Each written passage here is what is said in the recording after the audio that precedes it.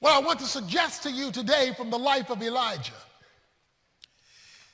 is that the amount of the supernatural you get to see will be directly related to the level of your spiritual commitment.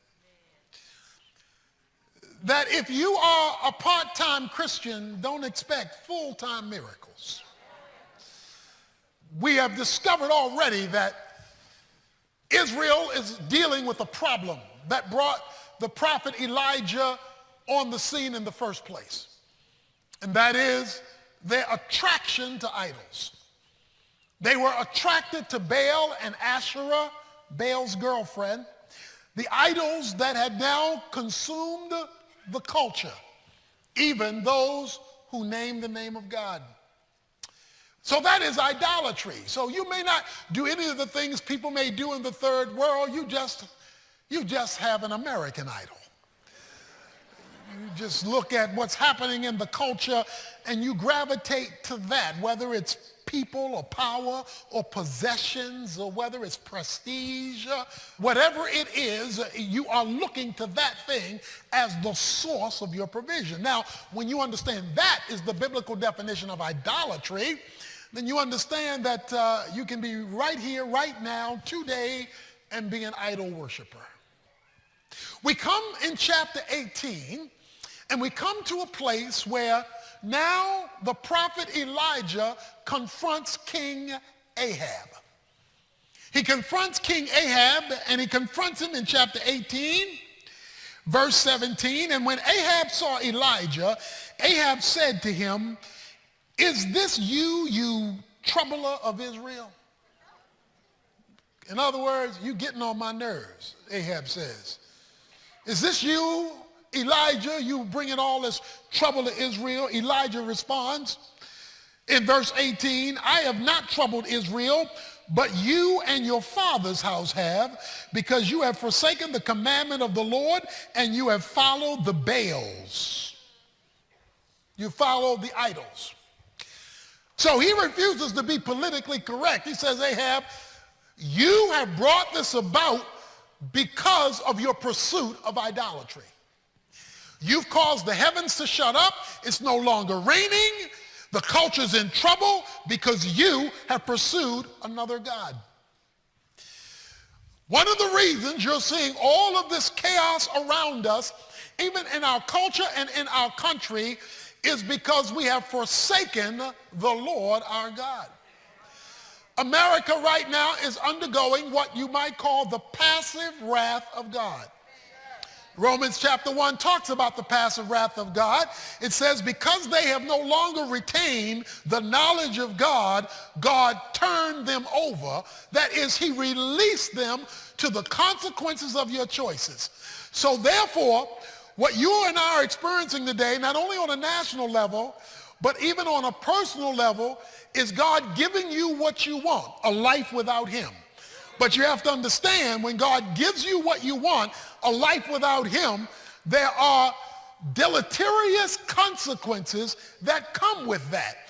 And what you and I are experiencing today is God saying, "You don't want me? Let me get out of the way and let me show you life without me." And so you have the consequence of the removal of God. So Elijah says, "Now send and gather to me all of Israel at Mount Carmel." Verse 19, "together with 450 prophets of Baal and 400 prophets of Asherah," that's 850, "who eat at Jezebel's table." He says, okay, let's have a fight at the OK Corral. Okay? You bring your people and your God, and I'll be there at high noon. Okay? Okay. Let's settle this once and for all. Let's don't confuse people. Let's put this thing out on the table. So Ahab says, okay, you got a deal. Let's go for it. So Ahab sent, verse 20, a message among all the sons of Israel and brought the prophets together at Mount Carmel. Now watch this, because this is where we start. Verse 21. Elijah came near to all the people and said, how long will you hesitate between two opinions? If the Lord is God, follow him. But if Baal, follow him. But the people did not answer him a word. Oh. Elijah says, all right, folk, how long you going to keep dancing? How long will you hesitate between two opinions? It says the people were silent. They were not ready to commit. But watch it. They were always ready for a miracle. They were always looking for a blessing. They were always looking for God to do something while they were silent. So let me state my position as coming from this passage. If you're not ready to commit and to stop dancing, stop looking for a miracle and searching for a blessing. He says that you want this God over here, that God over there. How many more sermons? How many more programs? How many more challenges do you need? They're halting between two opinions.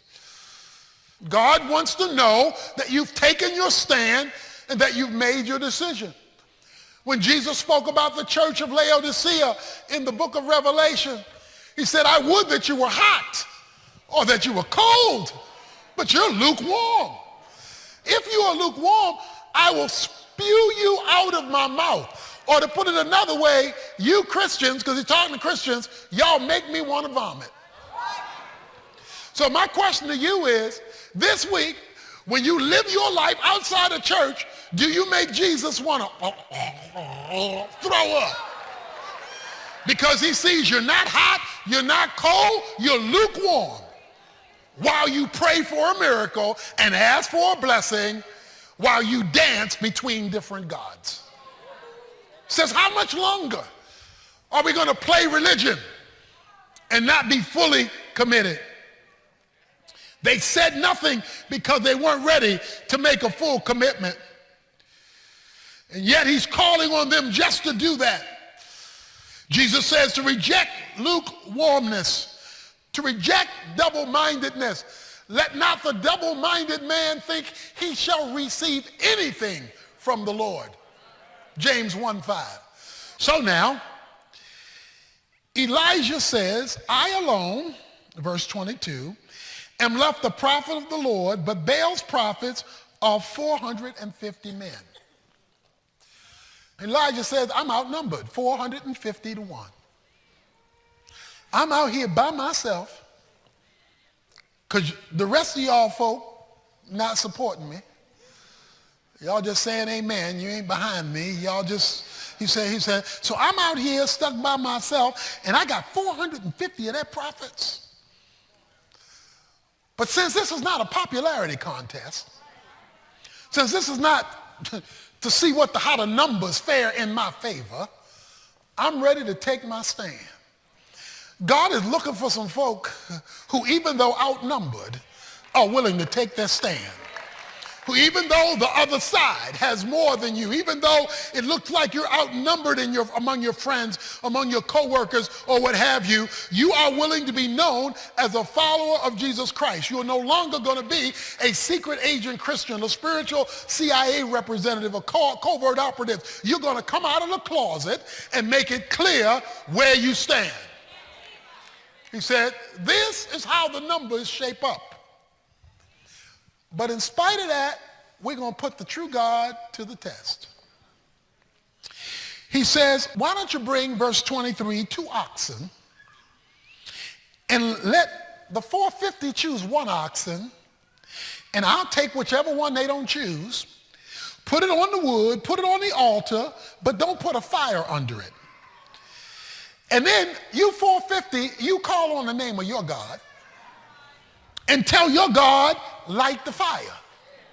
Okay? Tell your God, be the Ohio players. Fire. Tell your God to light it up. And then I'm going to call on my God. And let's see whose God is the God of fire. So they agree. He is so confident in his commitment to God that he will challenge the majority. And so here's what they do. The 450 agree. And so they chose the ox, in verse 26, they took the ox and prepared it in the name of Baal. And from morning to evening, they were saying, "Oh, Baal, answer us." But there was no voice. No one answered. And they leaped about the altar which they made. So they're in there with their God. "Oh, Baal, let's have some fire. Light the altar. Oh, Baal, oh, great Baal." They jumping around the altar. They're getting their praise on around the idol. And nothing happened. And there was no voice. Now, this is where we get to a little humorous part in the Bible. It gets a little humorous here in verse 27. Because it says, at about noon, that Elijah mocked them. Okay, now it's 450 of them. And it's one of you. This ain't the time to be making fun of folk. But Elijah just standing there, and he mocks them. And look at how he mocks them. He says, why don't you call out louder? Call out verse 27 with a loud voice. Y'all ain't screaming loud enough. He can't hear you. He says, but he is a God. Maybe he's occupied. Okay? He's got another meeting going on and he can't get to y'all right now. So maybe that's why nothing happening. Or maybe he's gone aside. Now, gone aside means maybe in the bathroom. Gone aside means he's in the John. Or maybe he hadn't gone aside. Maybe he's on a journey. He's on a trip. You know, he's taking a vacation. Or perhaps he's snoring. He says maybe he's asleep and you need to wake him up. So why don't you sing a little louder, praise a little louder, pray a little louder, and wake up your God. Well, all he did was tick them off, because in verse 28 it says, they cried out with a loud voice, and they cut themselves according to the custom with swords and lances until the blood gushed out of them. In other words, they done gone crazy. They have lost their minds trying to make their God do something. 450 of them. While the audience of the Israelites stayed silent. They had nothing to say, nothing to contribute. It was one man taking a stand. When midday was past, verse 29, they raved until the evening sacrifice. There was no voice, no one answered, no one paid attention. Then Elijah said to all the people, come close. Come close. So all the people came near to him, and he repaired the altar of the Lord, which had been torn down. Okay, let me stop there. Let me stop there. It says he repaired the altar which had been torn down. That means they had religion without commitment, because the altar hadn't been used. Now, what would they do on the altar? Sacrifices. Why would they make sacrifices? To deal with sin. So what they were doing was having religion without dealing with sin. And so Elijah took 12 stones, according to the number of the tribes of the sons of Jacob, to whom the word of the Lord had come, saying, Israel shall be your name. Let me say a word about these 12 stones. He put 12 stones around the altar according to the 12 tribes of Israel. Now the question is why? Well, the answer to the 12 stones is found in Joshua chapter 4, verses 21 to 24. In Joshua chapter 4, 21 through 24, Joshua has just crossed the Jordan River.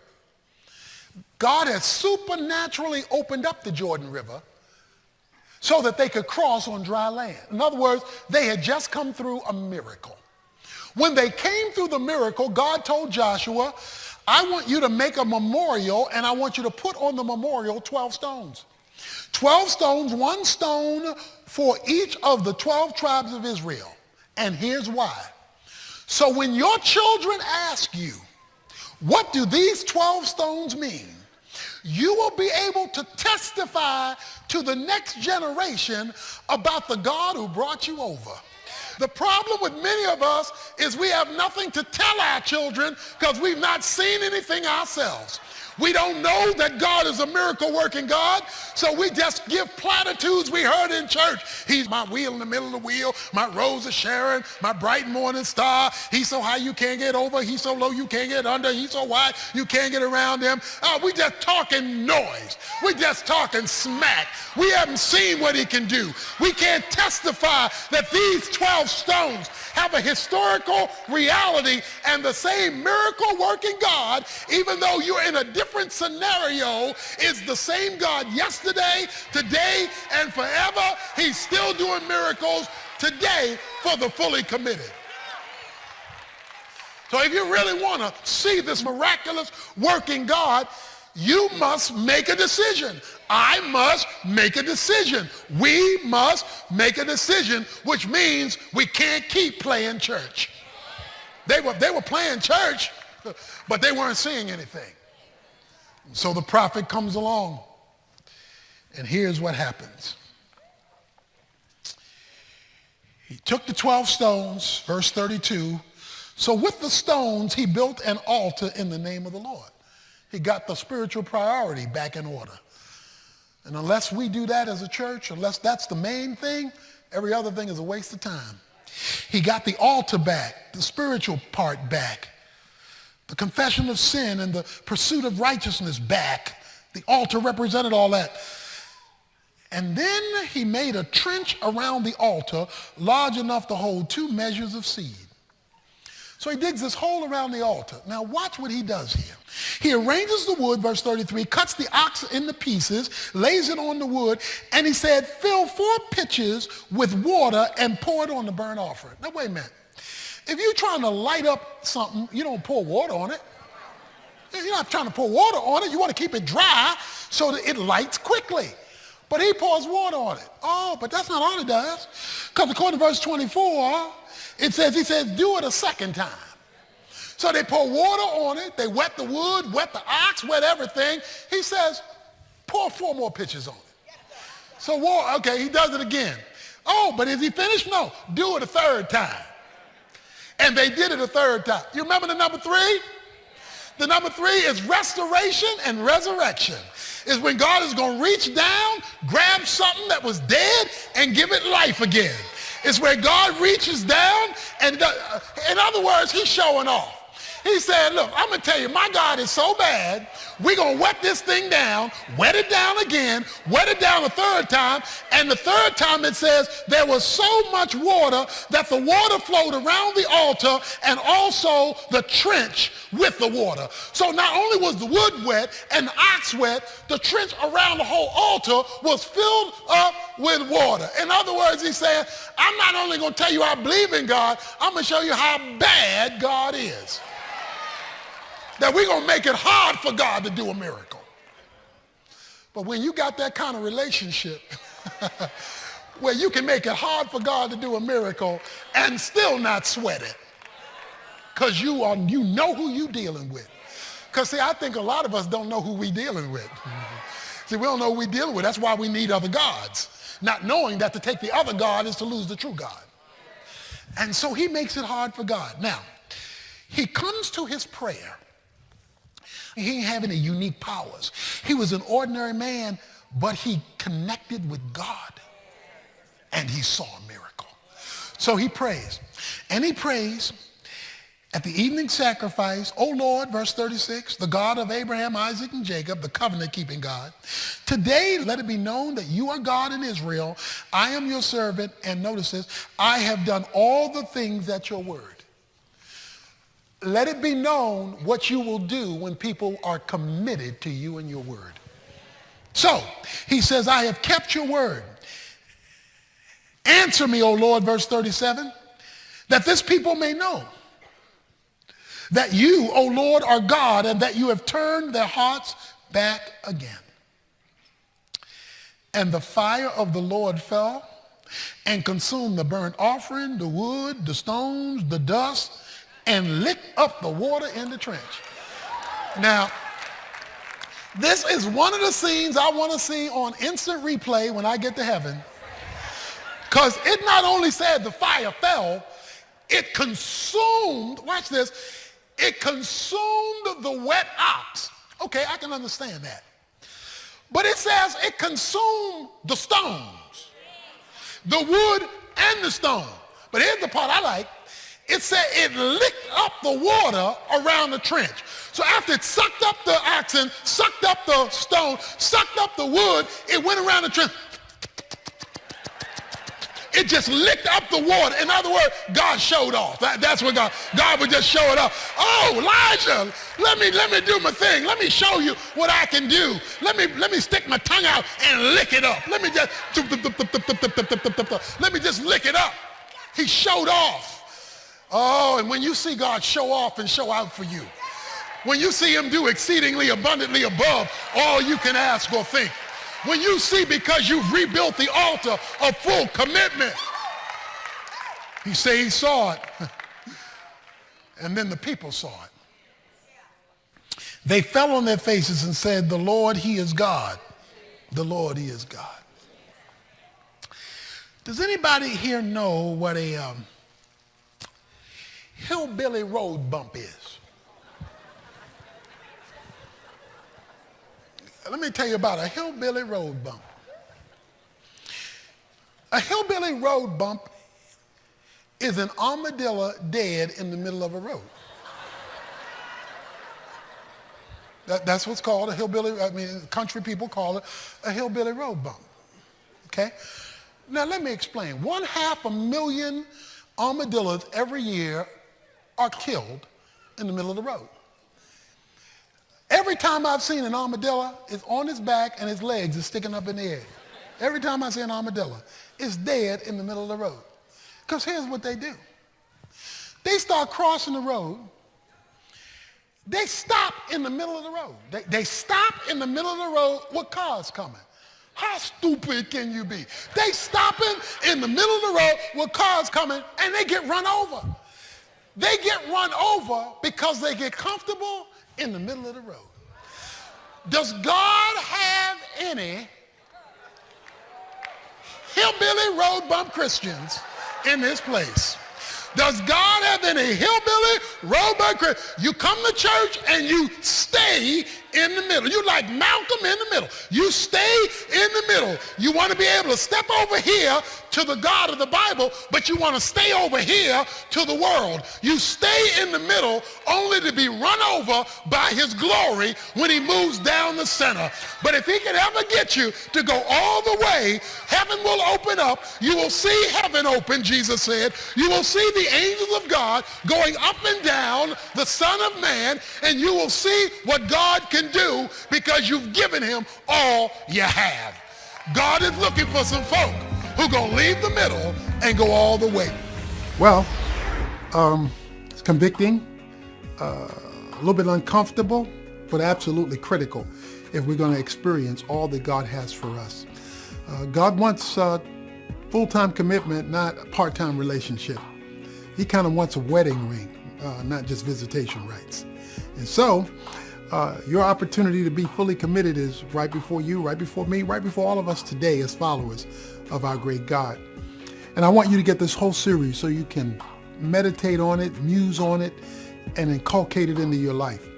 And so we're making it available, the whole series, along with a study guide and a DVD for your study guide, for a gift of any amount that you can give to help our ministry continue to move forward.